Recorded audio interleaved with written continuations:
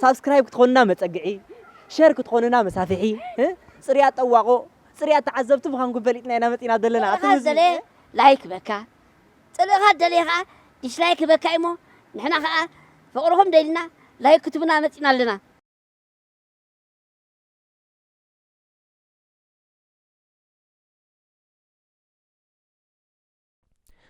سلام تقاتل تقالوا انترتينمنت حج وانت مليسناكم لنا كمت كل غزي نبلكم دغيمنا دغاغيمنا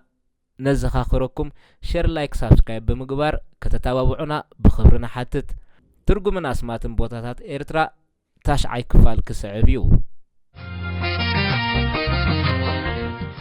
ደቀም ሓረ ቀዳማይ ተቀማጥ ዝቦታ ሓደ ማሕር ዝተባህለ ሰብኣይ ነበረ ምስ ግዜ ወሊዱ ተፋረየ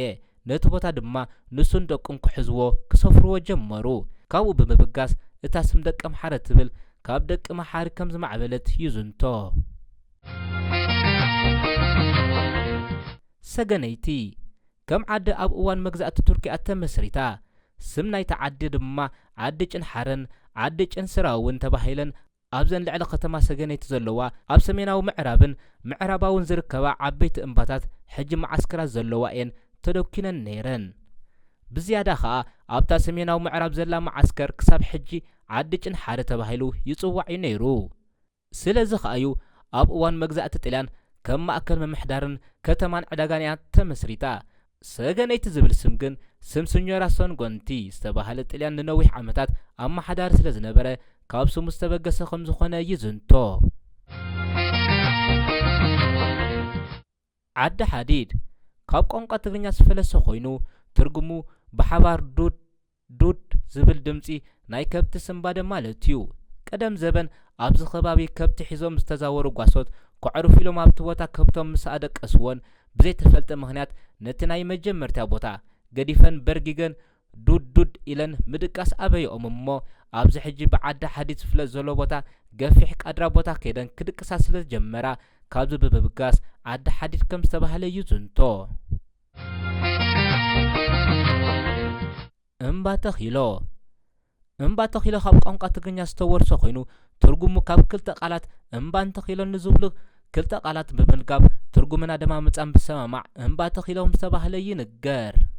እምባ ነቲ ዓቡ ጎቦ ዝገልጽ ኮይኑ ተኺሎ ድማ ነቲ ትኽ ዝበለ ቅርጽ ናይቲ እምባ ዝሕብር እዩ እዚ እምባ ኩሉ ግዜ ምስ ንዕዘቦ ትኽ ዝበለ ቅርጽ ከም ዘለዎ ንዕዘብ ማይ ዓይኒ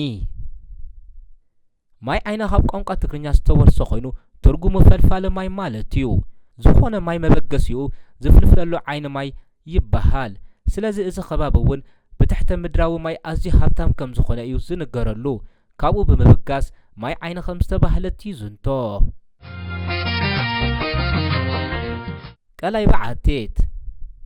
ካብ ቋንቋ ትግርኛ ዝተወርሰ ኮይኑ ትርጉሙ ካብ ክልተ ቃላት ቀላይን ካብ በዓልቲ ቤትን ንዝብሉ ክልተ ቃላት ብምልጋብ ትርጉምና ድማ ምጻም ብሰማማዕ ቀላይ በዓቴት ከም ዝተባህለት ይንገር ኣማዕባብላ ዛንታ ናይዛ ኣብ ንኡዞባ ማይ ዓይኒ መስመር ጽርግያ ጾሮና ተደኪና ትርከብ ዓዲ ሓንቲ ጾማቂት ስዋ ኣብቲ ከባቢ ከም ዝነበረት ንጎልጎል ሃዘሞ ሰንጢቆም በቲ ከባቢ ዝሓልፉ ዝነበሩ ገያሾ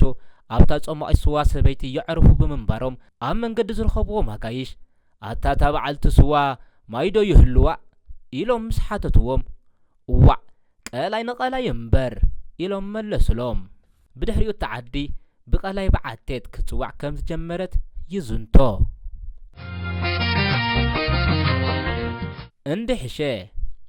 እንድሕሸ ብቋንቋ ትግርኛ የሓይሽ ማለት እዩ ቀደም ዘበን ሓደ ሰብኣይ ከብቲ ሒዙ ድሕሪ ነዊሕ ኣድካሚ ጉዕዞ ምስ መሰዮ ኣብዛ ሕጂ ብእንዳሕሸ ትፍለጥ ዘላ ዓዲ ሓደረ እሞ ንጽባሓይቱ ምስ ወግሐ ከብቲ ሒዙ ክብገስ ኣብ ዝወሰነሉ እተን ከብቲ ዕግሽግሽ ኢለን ምስ ኣበየኦ እንድሕር ሕሽክን ሕራይ የሓይሽ ብምባል ገደፈን እሞ ኣብኡ ክነብር ጀመረ ምስ ግዜ ካብዚ ብምብጋስ ስም ናይታ ዝመስረታ ዓዲ እንዳሕሸ ተባሂላ ክጽዋዕ ከም ዝጀመረት ይዝንቶ እዚ ዓዲ ኣብ መስመር ሰገነይትን ዓዲ ቀይሕን ተደኪና ትርከብ ዓዲ ቀይሕ እስም ካብ ቀያሕታይ ዝተባህለ ስም ናይ ሓደ ሰብኣይ ዝፈለሰ ኮይኑ እዚ ሰብኣይ ናይ መጀመርታ ተቐማጢ ናይ ተዓዲ ብምዃኑን ምስ ግዜ እውን ንሱን ውሉድን ክቕመጥዋ ምስ ጀመሩ እቲ ዓዲ ብስሙ ክጽዋዕ ከም ጀመረት ምስ ግዜ ግን እቲ ኣደማምፃ እናተለወጠ ናብ ዓዲ ቀይሕ ከም ዝማዕበለ ይዝንቶ ገለ ሰባት ከም ዝብልዎ እውን ኣብቲ ከባቢ ዝርከብ ሓመድ ቀይሕ ስለ ዝኾነ ካብኡ ብምብጋስ ዓዲ ቀይሕ ከም ዝተባህለት ይዝንቶ ሳፊራ ካብ ቋንቋ ዓረብ ዝተወርሰ ኮይኑ ትርጉሙ ሳ ማለት ጹሪ ማለት ክኸውን እንከሎ ፊራ ከዓ ሓፂን ማለት እዩ ብኣጠቓላሊ ጹሪ ሓፂን ማለት እዩ እዚ ዓዲ ካብ ከተማ ዓዲ ቀይሕ ኣስታት 10 ኪሎ ሜትር ርሒቓ ትርከብ እምባ ሶይራ ሶይራ ካብ ዝብል ቋንቋ ሳሆ ዝመንጨዎ ኮይኑ ትርጉሙ በሪኽ ማለት እዩ ብመንፅር ጂኦግራፊያዊ ኣቀማምጣ እምባ ሶይራ እንተሪእና እውን ምስቲ ብብራኺኡ ካብቶም ዓበይቲ እምባታት ሃገርና ኮይኑ ብቐዳማይ ደረጃ ዝስራዕ 3013 ሜትር ብራኸ ልዕሊ ጽፍሒ ባሕሪ ኣለዎ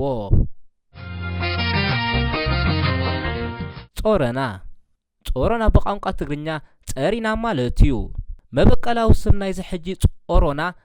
ኣትካሮ እዩ ዝበሃል ዝነበረ ጾሮና ዝበሃል ብገምገም ዓዲ ኣትካሮ ዝሓልፍ ዓብ ሩባ ጾሮና ዝበሃል ነበረ መበቀላዊ ስም እዚ ሩባ ቀደም ዘመን በዚ ቦታ ዝሓልፉ ዝነበሩ ገያሾ ማይ ረኺቦም ተሓፀቡ እሞ በቲ ማይ ኣዝዮም ስለ ዝተሓጐሱ ሕጂ ኣዚና ጸሪና በሉ እሞ ምስ ግዜ ጣቓል ከም ስማዕ በለት ካብ መግዛእቲ ጣልያን ንድሓር ኣትካሮ ከም ዕዳጋ መናሃርያ ኾነት ቀልጢፋ ከዓ ናብ ሓውሲ ከተማ ተቐየረት ምስ ግዜ ከዓ ኣትካሮ ዝብል ስም እናሃሰሰን ስም ናይቲ ሩባ ጾሮና እናማዕበለን ከደሞ ኣትካሮ ናብ ጾሮና ከም ዝተቐየረ ይዝንቶ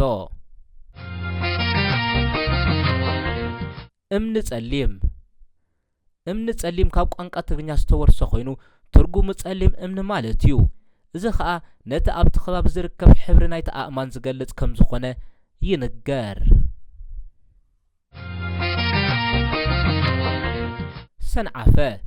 ብዛዕባ ትርጉምን ኣመጻጽኣን ሰንዓፈ ዝበሃል ብዙሕ ብሂላት እኳ እንተሎ ካብ የመን ዝተበገሱ የመናውያን ኣብዚ ሕጂ ሰንዓፈ ዘላቶ ቦታ ምስ በጽሑ ዝመጽዎ ኣንፈት ክፈልጡ ግዲ ደልዮም ሰንዓፈን ኢሎም ካብ ዝሓተዎ ቃል ዝማዕበለ ኮይኑ ትርጉሙ ድማ ሰንዓ ቤን ሸነኻላ ማለት እዩ ሰንዓ ከዓ እዛ ኣብዚ እዋን እዚ ርእሰ ከተማ የመን ዘላ ከተማ እያ ገለገለ ሰባት እውን መበቀላዊ ስም ናይቲ ዓዲ ሓኪር እዩ ዝበሃል ክሳብ ሕጂ እውን ሓኪር ተባሂሉ ናይ ቀደም ከተማ ኣሎ ዕዳጋ ጥሪት እውን ኣብኡ እዩ ዘሎ እዚ ሰንዓፈ ዝበሃል ዘሎ በረኻ እዩ ነይሩ ቀደም ዘመን የመናውያን ተቐማጦ ከብቲ ዘፍርዩ ኣብ ሓኪር ዝቕመጡ ዝነበሩ ከም ዝነበሩ ይፍለጥ እዩ ቀጻሊ ጥሪቶም ይጠፍኣ እሞ ኣብዚ በረኻ ናይ ሰንዓፈ ኣብ ሓንቲ ቦታ ለሚደን ይረኽብዎን ነበሩ ከምቲ ልማደን ምስ ጠፍኣ ቦታአን ንምርካብ ካብኣቶም ሰንዓፊን ኢሎም ይሓቱ ነበሩ ሰንዓ ማለት ብቋንቋ ዓረብ ጥበባዊት ብልሓተኛ ብኻልእ ኣባሃህላ ጉዳመኛ ማለት እዩ ፌን ማለት ኣበይ ማለት እዩ ስለዚ ሰንዓፊን ማለት በቲ ናይ ሽዑ ብልሓተኛ ልማደኛ ጉዳመኛ ቦታ ኣበይ ማለት እዩ መግዛእቲ ጣልያን ምስ መጸ ነቲ በሪኽ ዝነበረ ቦታ ምምሕዳራዊ ማእከልን ከተማን ምስ ኣቆመ ብመሰረትቶም ቀዳሞት የመናውያን ሰንዓፊን ዝበልዎ ሰንዓፈ ዝብል ስም ሒዙ ይጽዋዕ ከም ዘሎ ይዝንቶ ግራት ነብሪ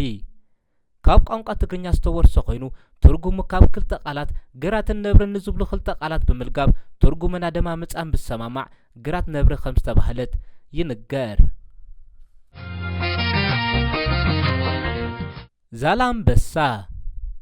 ዛላምበሳ ካብ ቋንቋ ትግርኛ ዝተወርሰ ኮይኑ ትርጉሙ ካብ ክልተ ቃላት ኣንበሳን ዛላን ዝብሉ ክልተ ቃላት ብምልጋብ ትርጉምን ኣደማምፃን ብሰማማዕ ዛላምበሳ ከም ዝተባህለት ይንገር ሽመጃና ካብ ቋንቋ ትግርኛ ዝተወርሰ ኮይኑ ትርጉሙ ደቂ ሽም ኤዛና ማለት እዩ ቀዳሞት ተቐመጥቲ ናይቲ ከባቢ ደቂ ኤዛና ብምንባሮምን ምስ ግዜ እውን ንሶምን ደቆምን ክቕመጥዋ ስለ ዝጀመሩ ካብኡ ብምብጋስ ሽመጃና ከም ዝተባህለት ይዝንቶ ክቡራት ተኸታተልቲ ኣሉሊ ኢንተርቴይንመንት ትርጉምና ማዕበብላን ኣስማት ቦታታት ዞባ ደቡብ ኣብዚ ወዲና ኣለና ኣብዚ መጽእ ምስ ዞባ ዓንሰባይና ክንራኸብ ሰሰናይ ንዓኹም ከምቲ ልሙድ ሸር ላይክ ሳብስክራይብ ብምግባር ናብ ኩሉ ንኽባጻሕ ደገፍኩም ኣይፈለየና ወድሓንኩም ዝኾነ ሃናፅር እንተለኩም ወይ እውን ከምዚ ክበሃል ኣይነበሮን ከምዚኡ ስምዓድና ከምዚኡ ትብሎ እንተለኩም ኣብ ቦታ ኮመንት ጻሓፉልና ሰሰናዩ